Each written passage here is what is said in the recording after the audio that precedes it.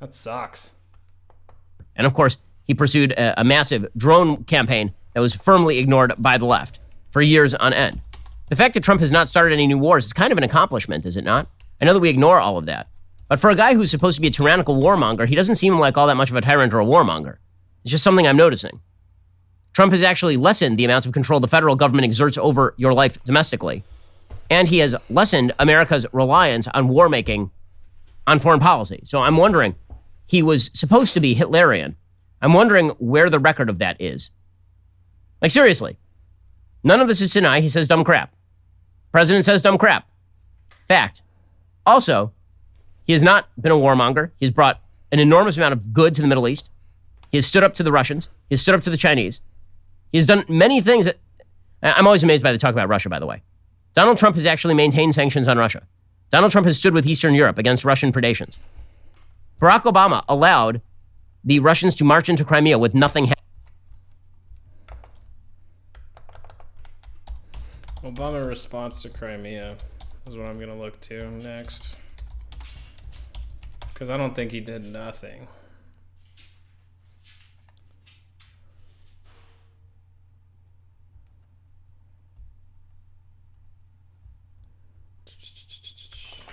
The Atlantic reported on 2017, was Obama too soft on Russia?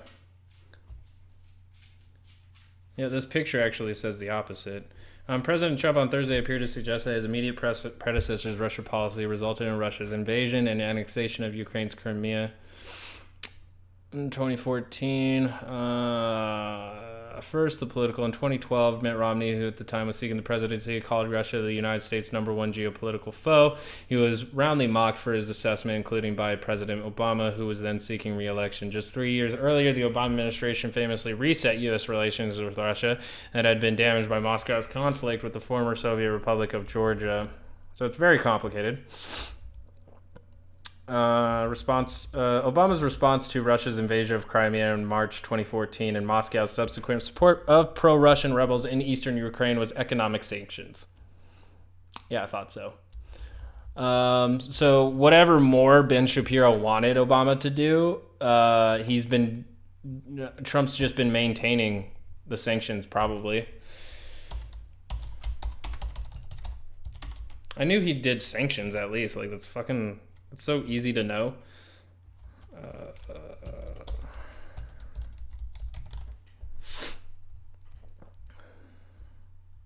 So we have on the record the U.S. administration's actions on Russia. This is by, I think, the Brookings Foundation. Let's see. They did sanctions December 5th, 2019. Bank hacking scheme. A Russia-based cyber criminal organization called Evil Corp was sanctioned for using... You can't make this shit up, can you? They stole more than $100 million from banks and financial institutions. Evil Corp. Okay. September 30th, sanctions in response to 2018 election interference. September 26th, sanctions in response to sanctions evading scheme for Syria. August 2nd was more sanctions in response to Salisbury attack. The U.S. Department of State announced more sanctions against Russia over its use of a nerve agent in Salisbury in 2018. The sanctions fall under the chemical... That's interesting because we never really heard about that too much. Sanctions in response to human rights abuses.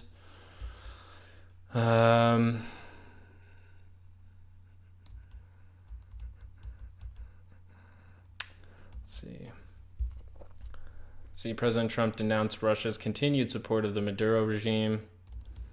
The U.S. Department of State condemned Russia's decision to grant expedited citizenship to residents of Russia-controlled eastern Ukraine. Sanctions in response to Russia's continued aggression in Ukraine. Let's see. Let's keep going down here because, yeah. All right. Just making sure it stayed consistent. In 2018, there was statement. December 19th, there was sanctions. December 7th, statement. 4th, statement. 6th. Interesting. So October 19th, of 2018, there was indictment in response to dangerous escalation in response to attempted interference in U.S. political system. A Russian woman was charged for her alleged role in a conspiracy to interfere. Another indictment for malicious cyber. September 20th, there was sanctions. President Trump signed an executive order imposing sanctions on any nation. Okay, whatever. That wasn't like direct. So there were a lot more sanctions last year than there were in 2018.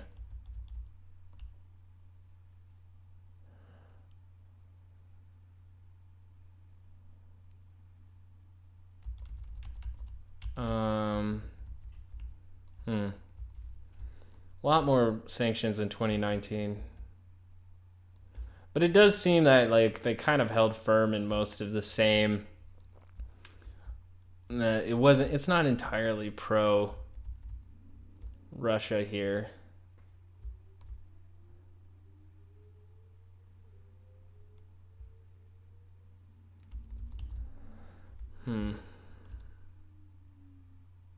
Department of Treasury released a list of the most significant senior foreign and political figures and oligarchs in the Russian Federation that could potentially be at risk of sanctions.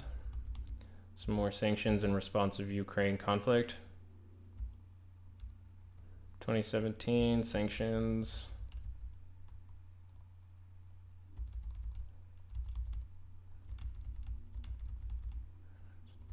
(2017) didn't have really much going on. There was more meetings than anything, but the sanctions seems to have ramped up in 2019, which, I have to ask is like, how much is that really related to his bid to re-election? So fascinating, especially since most of the sanctions were actually closer to the end of the year. You got one in March 15th, May 16th, and then August 2nd, September 22nd, September 30th, and December 5th. Still not many and not very often. But yeah, it's a bit antagonistic to Russia. You couldn't really call him a puppet except for the fact that he has divided our country, making us less willing to work together on a lot of issues. And by doing, weakening the populace, it kind of weakens the United States, and Russia likes that. Happening. So Barack Obama overtly handed over Syria to the Russians. The disconnect between Trump's actual performance and the way that he is covered by the media and by his enemies is extraordinary. Okay, in just a second, we're going to get to some actual good rhetoric by President Trump, because I think perhaps the largest difference between Trump and his opponents is that on a baseline level, Trump does not believe that America is a bad place. On a baseline level, the Democratic Party has moved in the direction of the 1619 Project. They've moved in the direction of a perceived... I mean, if you really can't criticize the United States for its history, then, you're so much closer to ultranationalism and fascism and American exceptionalism it's extremely dangerous for the populace, because anybody who then does criticize the United States for its shortcomings in history is then marked the enemy of the state. So I can't give Ben Shapiro points on this one, because he just sounds dastardly and nefarious and a bit villainous when he's that sold on American exceptionalism. It's so exceptional that it can't be criticized. And yet when it's a democratic representative, then that's when he believes America is a bad place. Multiculturalism that suggests that America is no better than any other place. Donald Trump has been a ringing rebuke to that. I don't think that he represents it the best way that it could be represented, but I think that he has had some real high rhetoric moments. I think because, then that's the fascinating thing too, is that Trump is the epitome of American capitalism and its toxicity. So for him to hail Trump for that part is to say to me that Ben Shapiro really likes it when we participate in crony capitalism and Ayn Randian objectivism, where selfishness is going to benefit everybody. For those, because of the dumb Twitter comments.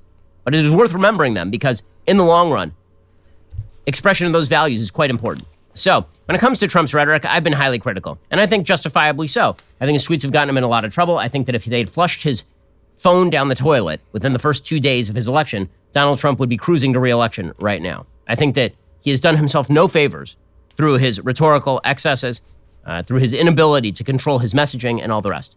It is worthy of note that Donald Trump has, from time to time, issued some very important statement on American values. That doesn't mean that Trump himself is necessarily the best representative of those values at all times. It does mean the statements are worthy of note because there is a left on the march in the United States that despises American philosophy, wants to see American statues torn down, believes that America is inherently a racist, terrible place. This is a Democratic Party that full-scale embraces the 1619 Project, which suggests that the true founding of the United States was not in freedom and liberty in 1776, and in fact was something very, very different. Well, I mean, because you have to acknowledge, like, a country, like, people who wrote the Constitution saying that, like, everybody has the right, or I guess we the people, or American citizens, have the right to,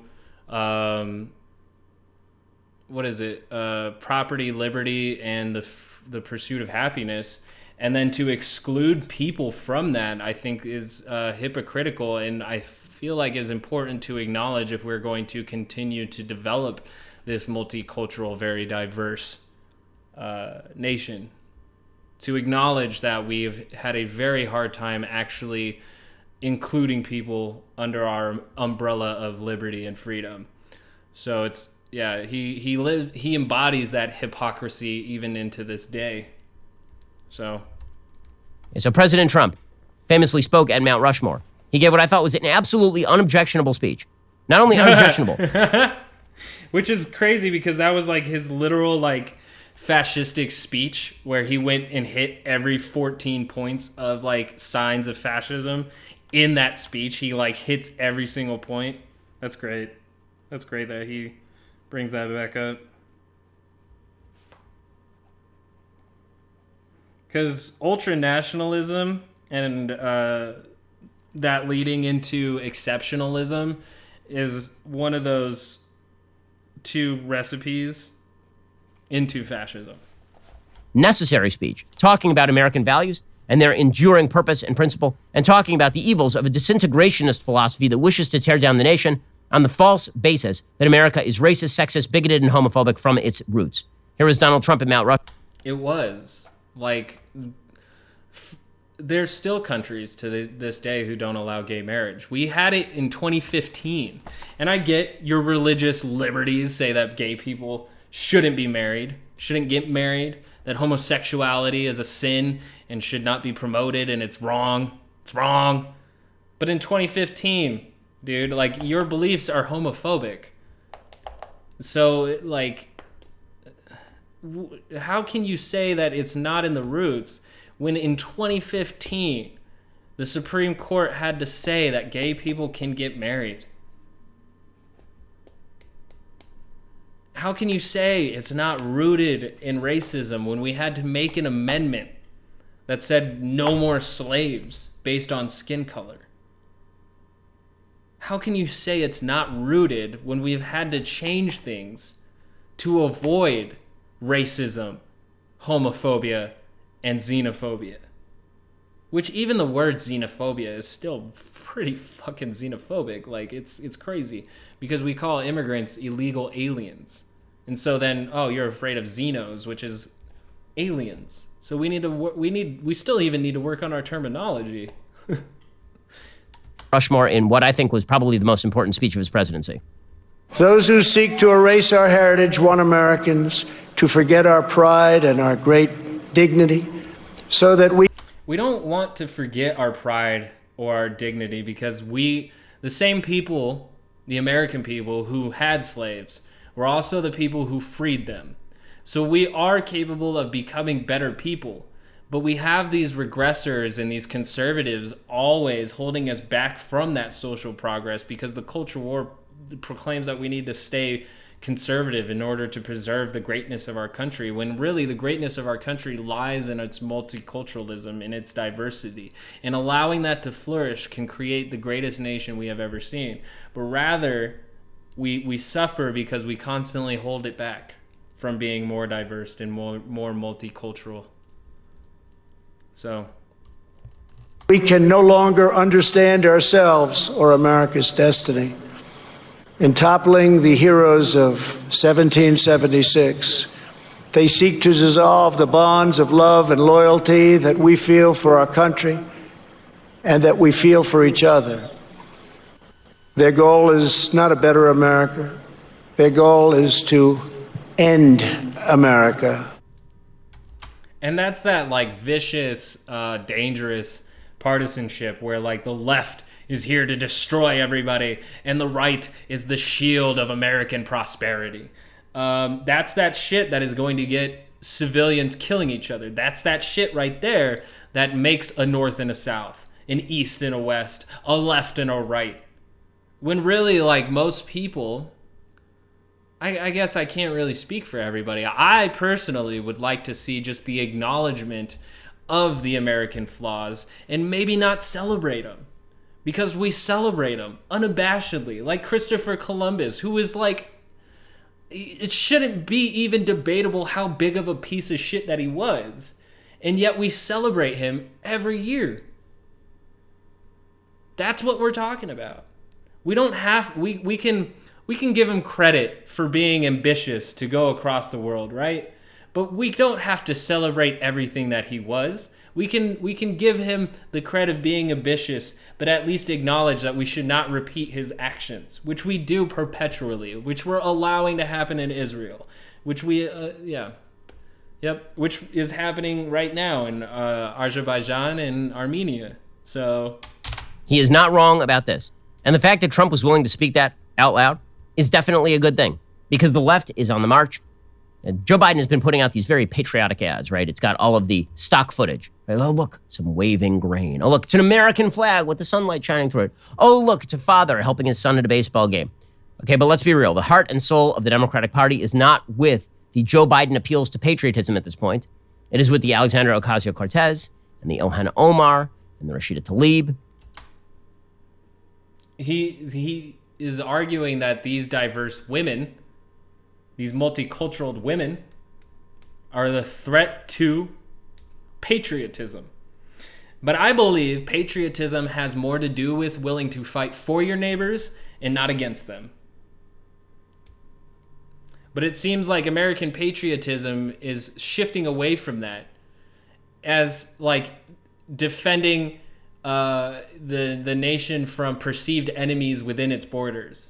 But again, that's the kind of shit that is going to amplify right-wingers into thinking that they need to kill their neighbors in order to preserve America. That's Civil War talk. It's the kind of thing that divides us, not seeing Democrats as just people who see the world differently inside of our own borders, but people who want to, like Ben Shapiro has said and the president has said, want to end America rather than progress it and continue it to grow into a beautiful, diverse, multicultural place.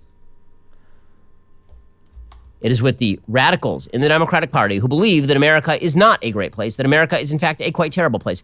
I think it's a great place. I prefer it over a lot of nations, but I do think that it has a hard time taking criticism. And when you can't take criticism, especially when it's justified, legitimate criticism, you can't grow from that. You can't progress. You can't improve. So that is my issue. That is my issue, and I hope that that is what others share. Because I am sure that Ilhan Omar believes this is a great country, but can use some improvement, which begins with not feeding the fear of the other, but embracing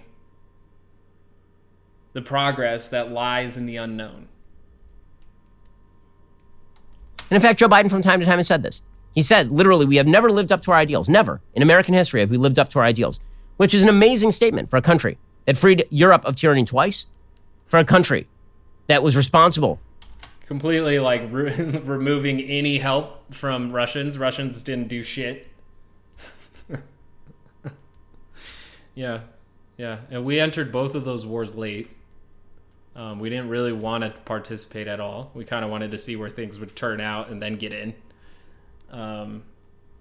But the ideals, like specifically, he's not acknowledging that white men wrote a constitution saying we have unalienable rights that cannot be removed so long as this government and this constitution stands.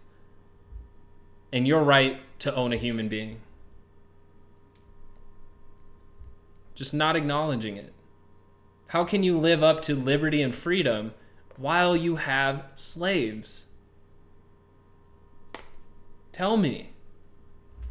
For ending slavery within its own borders via a massive civil war, for a country.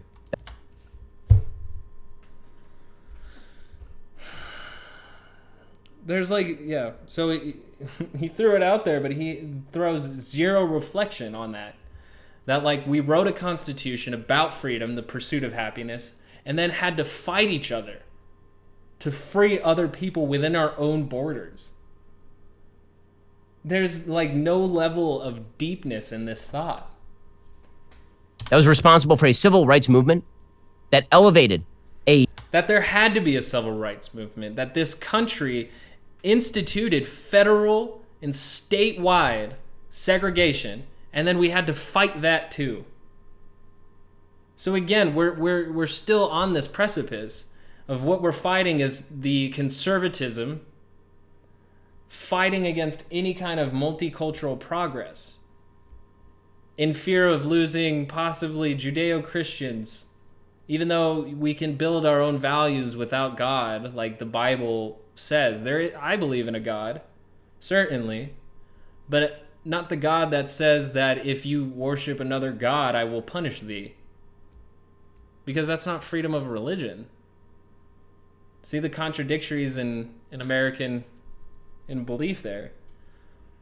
So we're still fighting the same war of, like, keep things the way they are or continue to grow. And which is fascinating because Americans are obsessed with innovation, and yet we just don't want to innovate our Constitution very often, or the way we live, or our culture. We don't want to innovate any of that. We want to stick to the 50s now. We're sticking to the 50s. And it's ridiculous. A victimized racial minority to legally required rights. I mean, that was a righteous crusade. This country has very often... All right. I'm getting broken by my bladder because I drank a lot of workers' fuel. Like a lot. Like so much. So I'll be right back. We're almost done. We're almost there.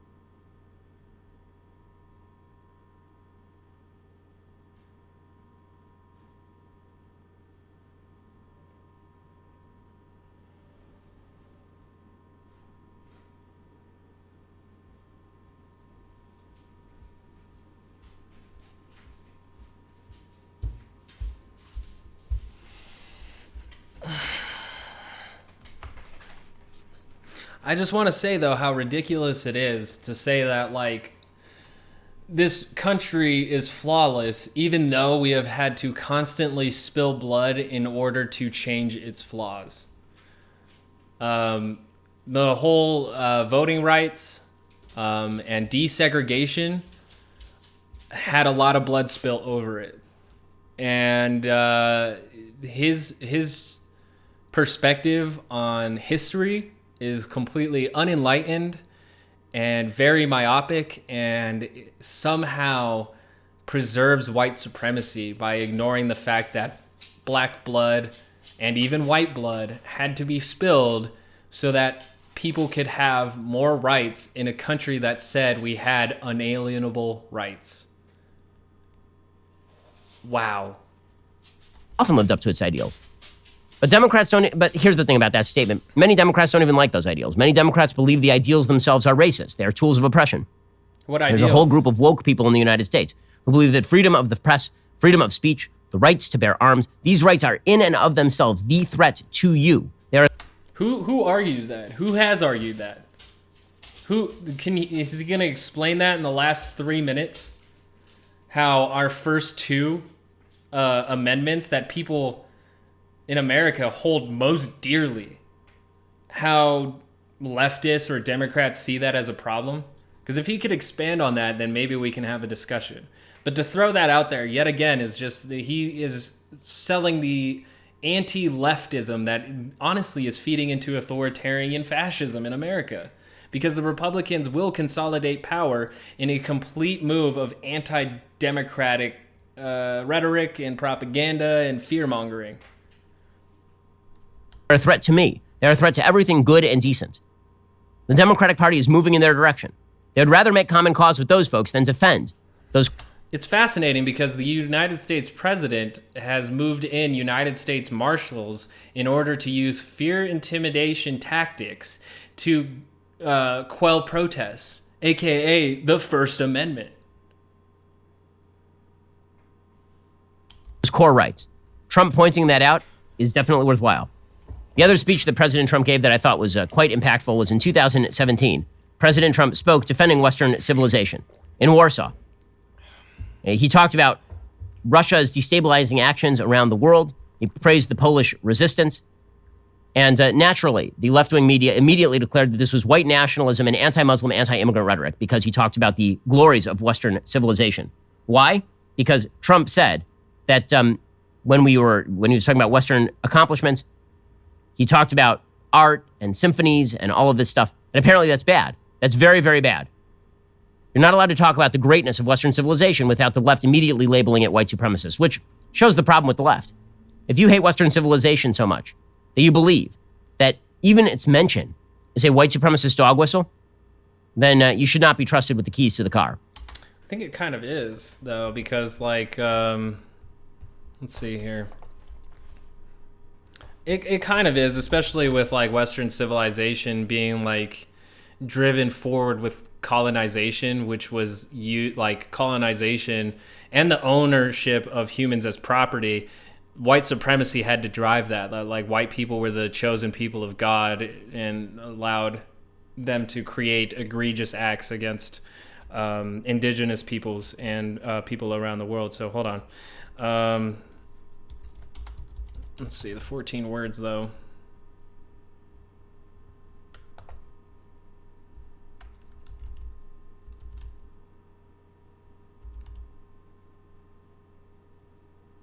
Okay, so I thought the 14 words had something a little bit more to do with Western civilization specifically. It doesn't. Let's see here.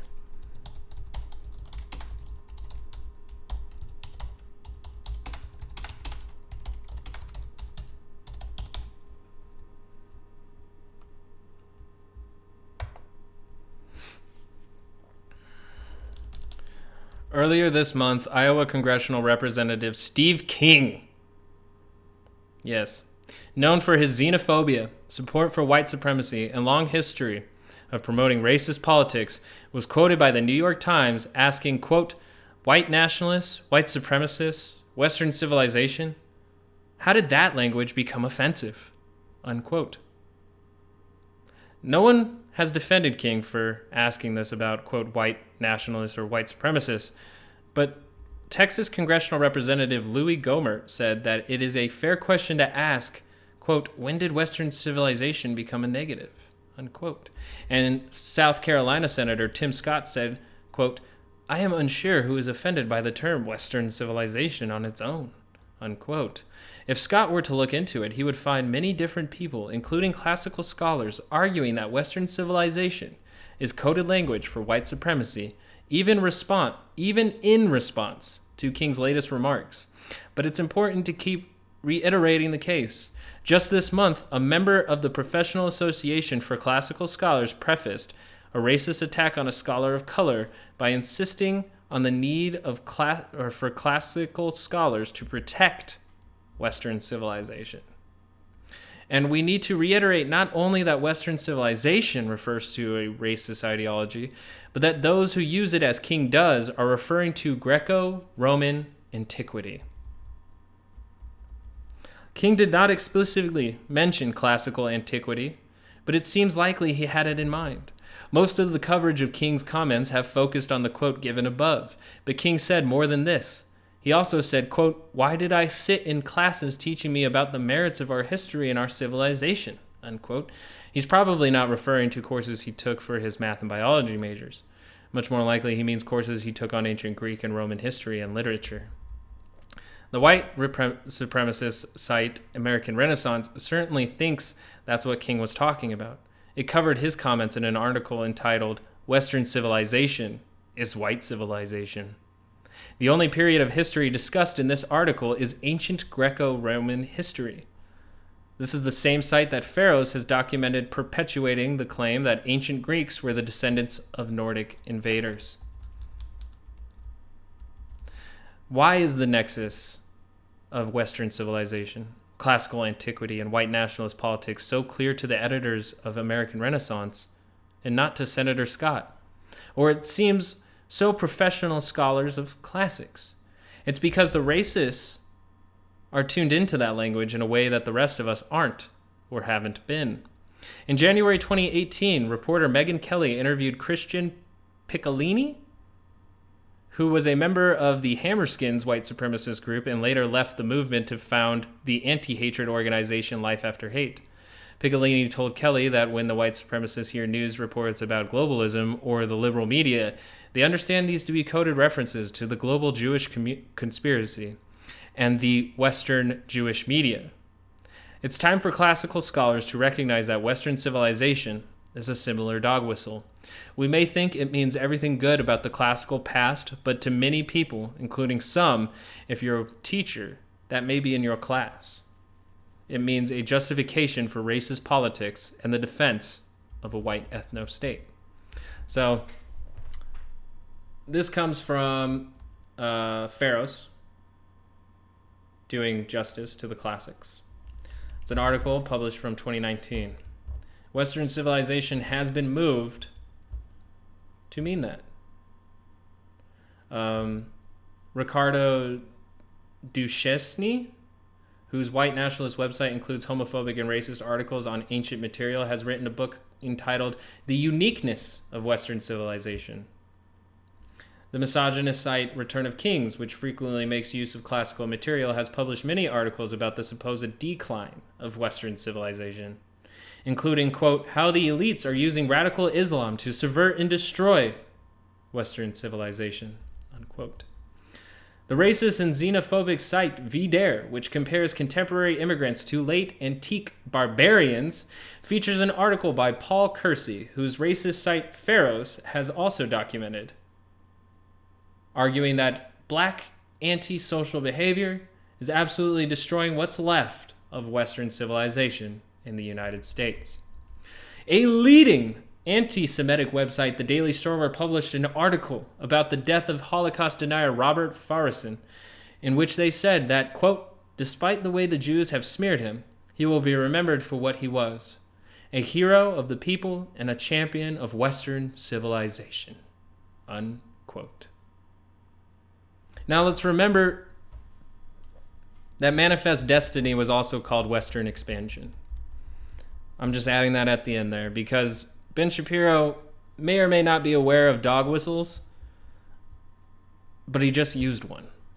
And he's trying to skirt any of the moderates catching on to that. But people who are a part of these circles are well aware of what they mean by Western civilization, and I'm sure the president does as well.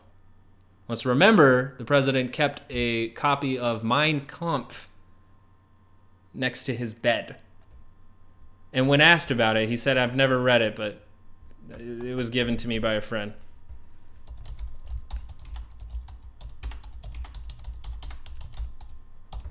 No, it wasn't Mein Kampf. I think it was Speeches. It said, actually, it was my friend Marty Davis from Paramount who gave me a copy of Mein Kampf, and he's a Jew. So.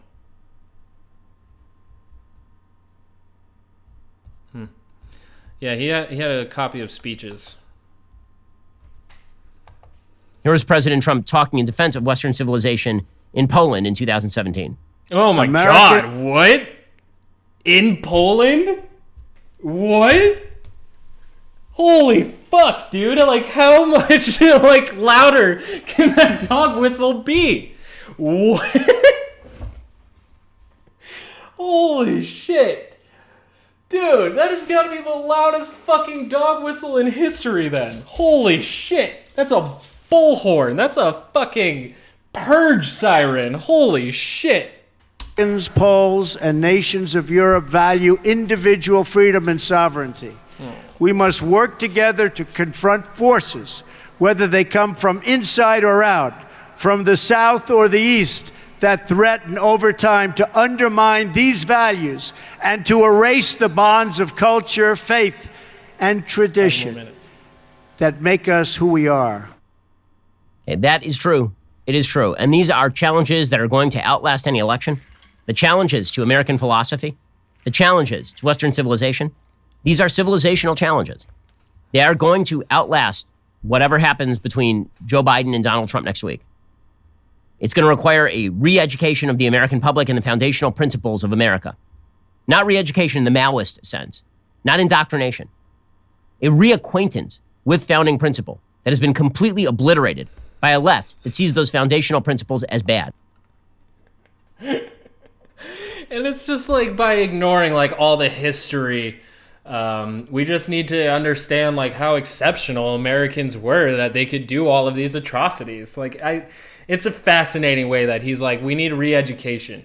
Actually, I mean reacquaintance, because that just kind of sounds like communist or authoritarian. Wow, like what a way to close this up, because like a part of Trump's like agenda list is that like American patriotism and exceptionalism to be taught in schools. Like that's a very essential part to his educational program. And that to me is just like, okay, we're really trying to just blind kids entirely of any malice done by the United States and just trying to say that we were all perfect all the time. We never did anything wrong ever, and how could we? The fact that Trump spoke out about them during his presidency is worthy of note. And the fact that his opponents hated them so much is even more worthy of note. If Trump has done nothing else, rhetorically, he has certainly clarified where people stand. Trump is like a catalyzing enzyme. He has made everything quite clear. It is now very obvious where a lot of people stand on American founding philosophy, on Western civilization, regardless of whether you... All right. Ben Shapiro saying that America, you either vote for Trump for America or you vote for Biden, the destruction of America. That is the final conclusion of that. Great. Great. This is a healthy democracy. Thank you for joining me on TOX News. I'll have to join you next time. This has been me. I love you. Please hit me up on Twitter @asawave. Thank you.